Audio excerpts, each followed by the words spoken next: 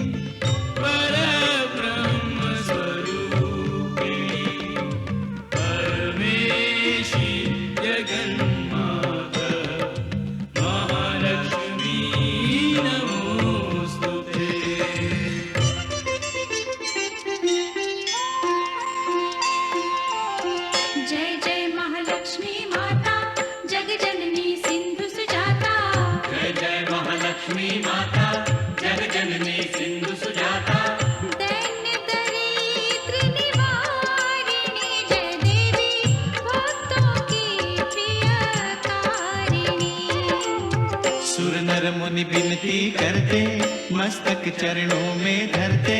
मुनि विनती करते, मस्तक चरणों में धरते। नमः नमः भवतारिणी जय देवी, श्री हरि की प्रियकारिणी। जय जय महालक्ष्मी माता, जग जननी सिंधु सुजाता, भक्तों की प्रियकारिणी।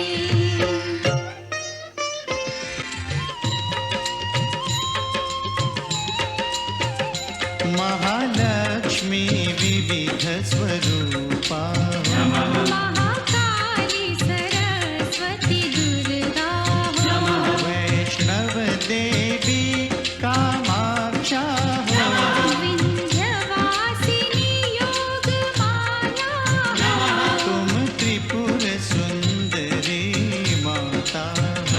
तुम क्षीर भवानी शुभदाता।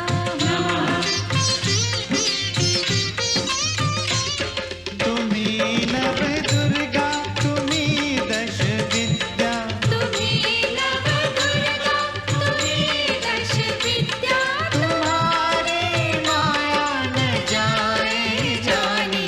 महालक्ष्मी जगत कल्याणी। तुम्हारी जय हो माता रानी। सुनत शुभ कथा, जाए दुख व्यथा। तुम्हारी कृपा, तुम्हारी दया, मांगे हम पृथ्वी लोक के प्राणी। महालक्ष्मी जगत कल्याणी। तुम्हारी जय हो माता रानी।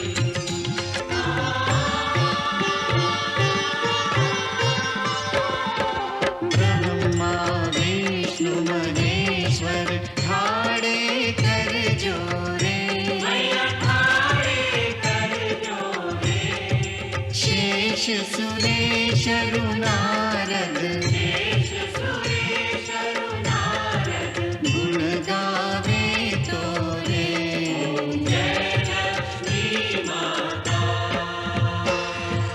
महालक्ष्मी माता, सदा निभाना हमसे,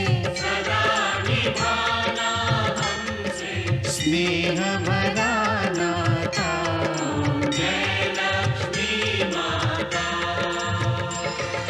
जय लक्ष्मी माता।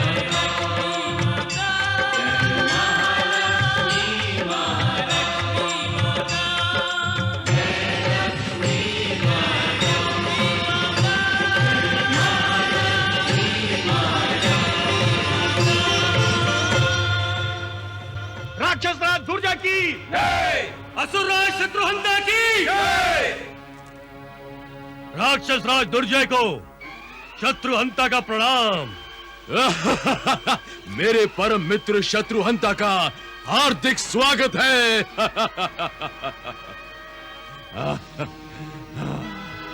राक्षस राज दुर्जय, मैं आपकी प्रत्येक कठिनाई को दूर कर दूंगा। राजा रत्नाकर को मसल डालना तो मेरे बाएं हाथ का खेल है। नहीं मित्रवर नहीं, ऐसा कदापि न करना, कदापि न करना। क्यों मित्रवर, क्यों? क्योंकि मेरी परेशानी का कारण राजा रत्नाकर नहीं, कोई और है। फिर कौन है जो आपको परेशान कर रहा है? रत्नाकर की पुत्री वैष्णव। वैष्णव, तुम्हारी ये परेशानी तुम्हारा ये मित्र दूर कर देगा। मैं वैष्णव को नष्ट कर दूंगा, मैं वैष्णव को नष्ट कर दूंगा। मुझे पूर्ण विश्वास है, मुझे पूर्ण विश्वास है कि तुम उस वैष्णव को नष्ट करने में अवश्य कामयाब होगे। पिताश्री, ये संसार ही नश्वर है। इस संसार में उत्पन्न प्रत्येक जीव नश्वर है और नश्वर होने के कारण नष्ट होने ही वाला है। फिर दूसरों को नष्ट करने की कामना क्यों?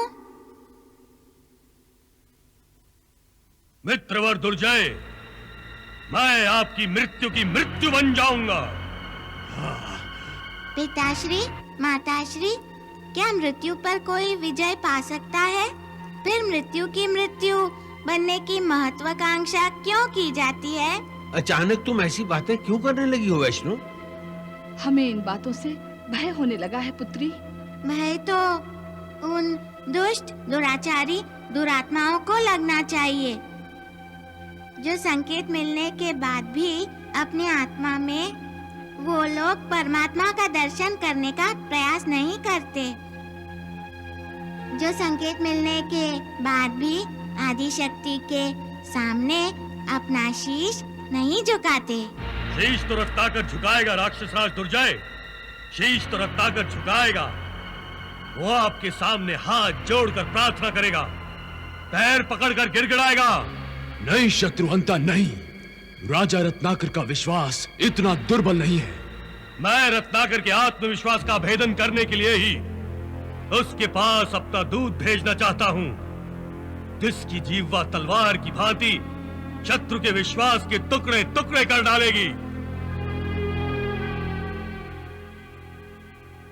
मैं अपने स्वामी वीरों के वीर महाराज शत्रुहंता का दूत, उनका संदेश राजा रत्नाकर के नाम लेकर आया हूं।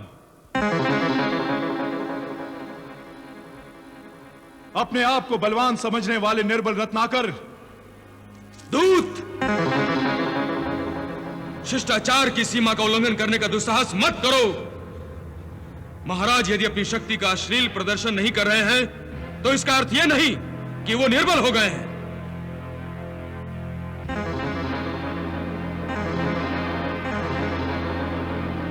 राजा रत्नाकर, मैं यहां अकेला हूं, इसलिए आपके ये कर्मचारी ये मुझे शत्रुओं के बीच अकेला समझकर मुझ पर अपना क्रोध दिखाकर यह समझने की भूल कर रहे हैं कि वो अपनी शक्ति का प्रदर्शन कर रहे हैं, प्रदर्शन। परंतु क्रोध वही दिखाते हैं जो निर्बल होते हैं, निर्बल। सेनापति जी, अतिथि यदि अपमान भी करे तो उसे सहना यजमान का धर्म होता है। श्रीमान दूत हमारे अतिथि हैं, इसलिए ये जो चाहे करें, इनका मान सम्मान करके हमें अपना धर्म निभाना होगा।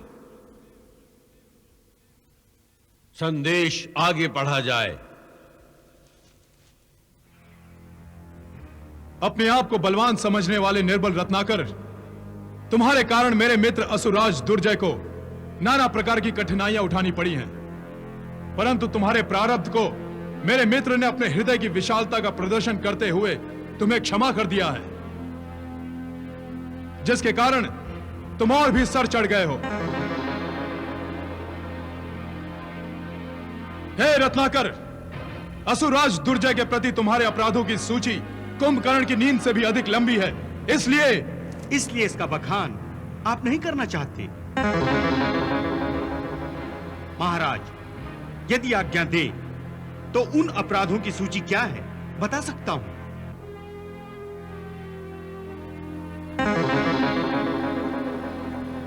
महाराज, निश्चिंत होकर आज्ञा दीजिए। आज्ञा है। श्रीमान दूत जी, हमारे महाराज रत्नाकर का पहला अपराध यह है कि उन्होंने अपने राज्य की सीमाओं की रक्षा की है। इतना ही नहीं, उन्होंने अपने और अपने राज्य के स्वाभिमान को चेतावनी देने वाली असुर राज की सेना को युद्ध भूमि में ललकारा, परंतु असुर राज दुर्जय की सेना हमारी सेना का सामना नहीं कर सकी, इसलिए सर पर पैर रखकर भाग खड़ी हुई। यह भी महाराज का अक्षम्य अपराध था, है ना? और जब बल और शक्तियों के दुरुपयोग से काम नहीं चला तो असुर राज दुर्जय अपनी आसुरी माया का भी दुरुपयोग करने लगा। पहले एक राक्षस, फिर डाकिनी ने हमारे महाराज रत्नाकर की सुपुत्री राजकुमारी वैष्णवी का छल और बलपूर्वक अपहरण करने की भी चेष्टा की और इस दुस्साहस के दंड स्वरूप नष्ट भ्रष्ट होकर रह गए।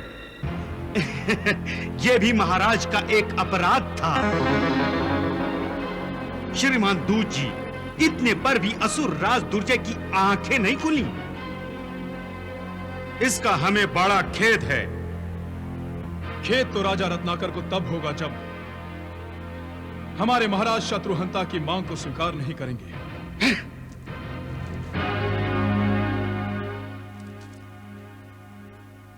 महाराज शत्रुहंता की मांग है कि इन सारे अपराधों के दंड स्वरूप राजकुमारी वैष्णवी को हमारे महाराज के हवाले किया जाए या फिर महायुद्ध के लिए तैयार हो जाएं।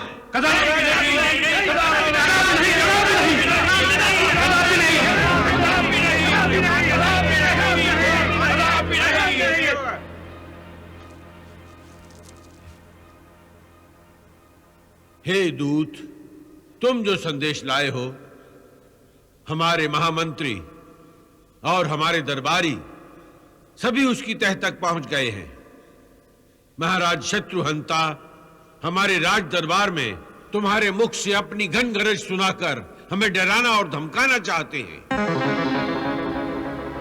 परंतु हमें न शत्रुओं से डरना स्वीकार है और न ही शत्रु की अनुचित मांग के आगे झुकना स्वीकार है। आप जाकर उनसे हमारा ये संदेश कह सुनाइए कि हम केवल ईश्वर से डरते हैं, किसी मानव या दानव से नहीं। और एक पड़ोसी के नाते हम एक अंतिम सुझाव महाराज शत्रुहंता और असुरराज दोनों को देना चाहते हैं। यदि अपना भला चाहते हैं तो राजकुमारी वैष्णव को छूने का भी प्रयास न करें, क्योंकि हम अपने पड़ोसियों को नष्ट होते देखना नहीं चाहते। जाइए श्रीमान दूत, हमारा ये संदेश अपने महाराज को सुनाइए।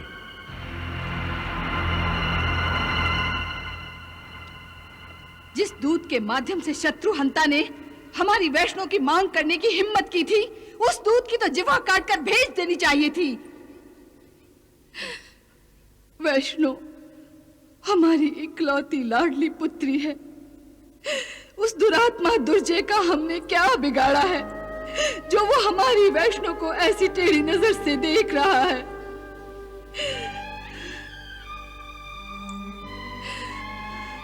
जाने भी दो, धीरज से काम लो विजया। धीरज से काम लूं? वो अधर्मी दुर्जय हमारी पुत्री को हथिया लेना चाहता है और मैं एक मां होकर धीरज से काम लूं? यह असंभव है स्वामी, यह असंभव है। पहले भी उस दुरात्मा ने हमारी वैष्णव को मारने के प्रयत्न किए थे और अब उसकी ढिठाई तो देखिए। वैष्णव को उसके हवाले करने का हमें आदेश देकर कितनी धृष्टता दिखा रहा है वो। वैष्णव हमारी आत्मा है, हम वैष्णव को उसके हवाले कैसे कर सकते हैं? विजया, जैसे ही दूत ने दुर्जय और शत्रुहंता का संदेश दरबार में सुनाया, उसी समय से मेरा मन वैष्णव को देखने के लिए व्याकुल हो रहा है। परंतु वैष्णव है कहाँ? वो यहीं कहीं होगी। परंतु वो कक्ष में तो है नहीं। कक्ष में नहीं है महाराज। वैष्णव, पुत्री वैष्णव, वैष्णव, वैष्णव। दासी, वैष्णव कहाँ है? अपने कक्ष में है। वो कक्ष में तो नहीं है। कक्ष में नहीं है महाराज। कहीं उस मायावी दुर्जय ने अपनी माया से हमारी पुत्री का अपहरण तो नहीं कर लिया? नहीं, ऐसा नहीं हो सकता विजया। वैष्णव, वैष्णव, वैष्णव, कहाँ हो तुम? वैष्णव, वैष्णव, वैष्णव, वैष्णव, वैष्णव, वैष्णव, वैष्णव, वैष्णव। वो देखिए। चलिए। वैष्णव, वैष्णव, कहाँ नहीं ढूंढा हम दोनों ने तुम्हें। और तुम यहाँ बैठी हो? मैं तो आप दोनों के पास ही हूँ। हैं? वैष्णव तो ध्यानस्थ है। तो फिर कौन बोला?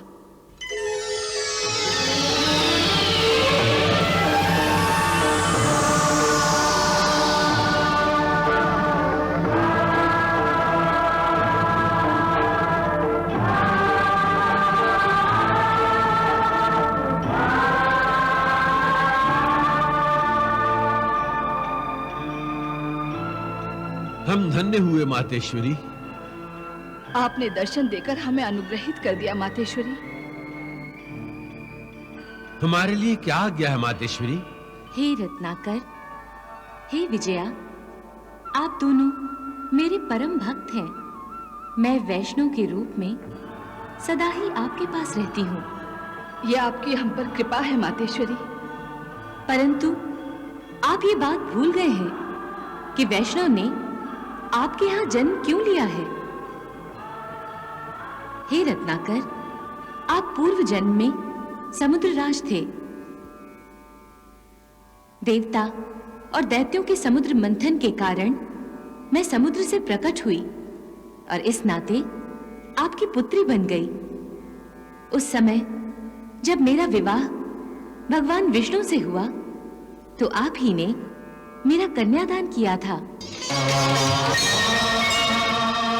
मम सुता सहधर्मचरी तव प्रतीक्ष जैनाम भद्रम ते पाणिं ग्रहणीष्व पाणिना पतिव्रता महाभागा छायेवानुगता सदा।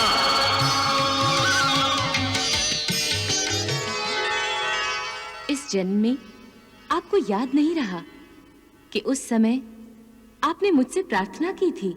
पुत्री, अपनी बेटी का विवाह करके अपने हाथों उसका कन्यादान करने का जो अपार सुख है वो तो मैंने पा लिया, परंतु एक पिता को जो सुख नन्ही मुन्नी बालिका को अपनी गोद में खिलाने में मिलता है, उसके घुटनों चलने, फिर पिता की उंगली पकड़कर उसके प्रथम बार खड़ी होने और उसकी तोतली बातों से जो परम सुख प्राप्त होता है, उससे तो मैं वंचित रह गया।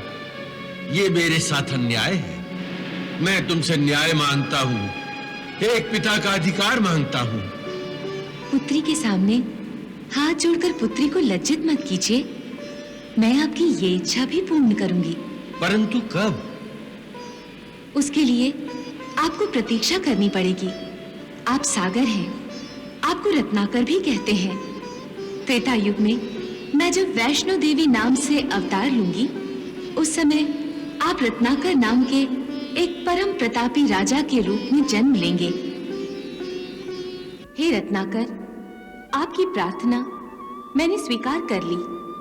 मेरा लालन पालन करने की आपकी इच्छा पूरी करने के लिए आपके इस जन्म में मैंने आपके यहाँ वैष्णवी के रूप में जन्म लिया, परंतु वैष्णव के जन्म के बाद आप पुत्री मोह के अधीन हो गए।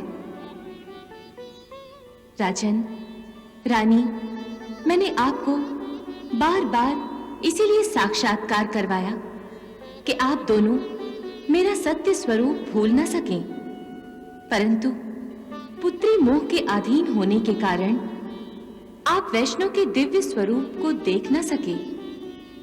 हे राजन, हे रानी, मैंने आपको पहले ही बताया था कि मेरे वैष्णवी अवतार लेने का उद्देश्य निर्धारित है, इसलिए आप मेरे उद्देश्य पूर्ति के रास्ते में अपनी ममता की बाधाएं मत खड़ी कीजिए। आपकी ममता मेरे रास्ते की दीवार तो बन ही गई है, साथ ही आपकी ये ममता स्वयं आपको भी आपके उद्देश्य से दूर हटा रही है। हे मातेश्वरी, मैं आपका संकेत समझ गया हूं। हमसे भूल हो गई, हमें क्षमा कर दीजिए।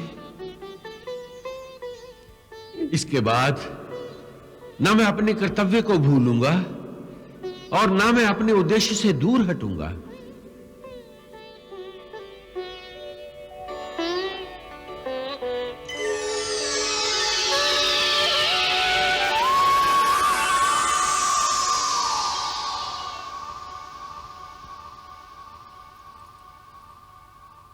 पिताश्री, माताश्री, किस सोच में डूब गए हो आप दोनों?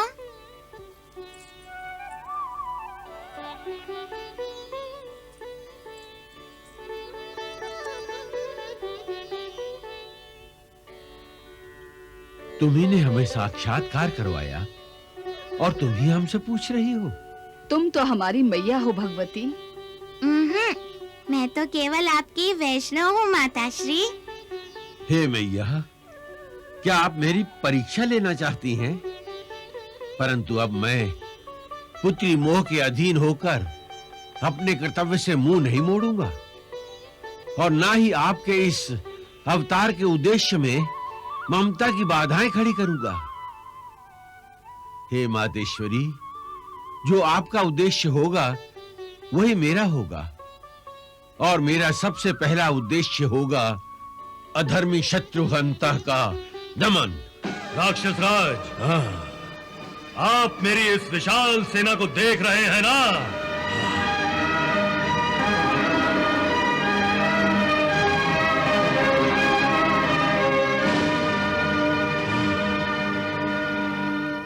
राक्षस राज, जिस रत्नाकर ने हमारे दूत को निराश लौटा दिया, उस रत्नाकर का तो मैं युद्ध भूमि में वध करूंगा, उसकी नगरी को ध्वस्त कर दूंगा। और जिस बच्ची ने आपको परेशान कर रखा है, उस वैष्णवी को तो मैं अपनी मुट्ठी में दबोच कर आपके चरणों में डाल दूंगा।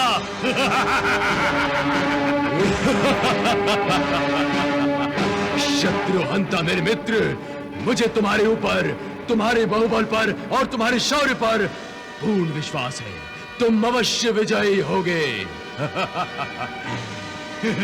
अब मुझे आज्ञा दीजिए। विजयी भव, यशस्वी भव मेरे मित्र, यशस्वी भव। चलो साथी।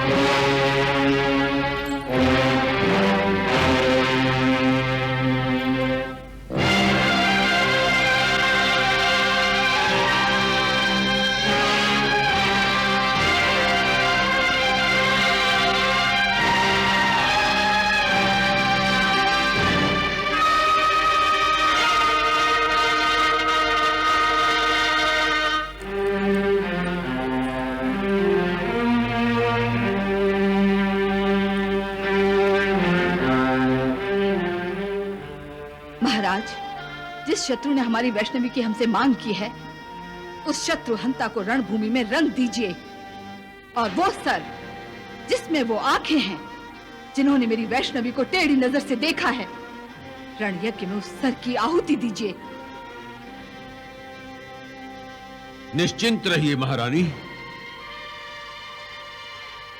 तुमने जो ये तलवार मेरे हाथों में दी है, इसने सदा अपने शत्रुओं के रक्त से तिलक किया है। इसलिए विश्वास रखो, मैं इस तलवार को दुल्हन बनाकर ही लौटूंगा। राजा रत्नाकर की जय, राजा रत्नाकर की जय, राजा रत्नाकर की जय।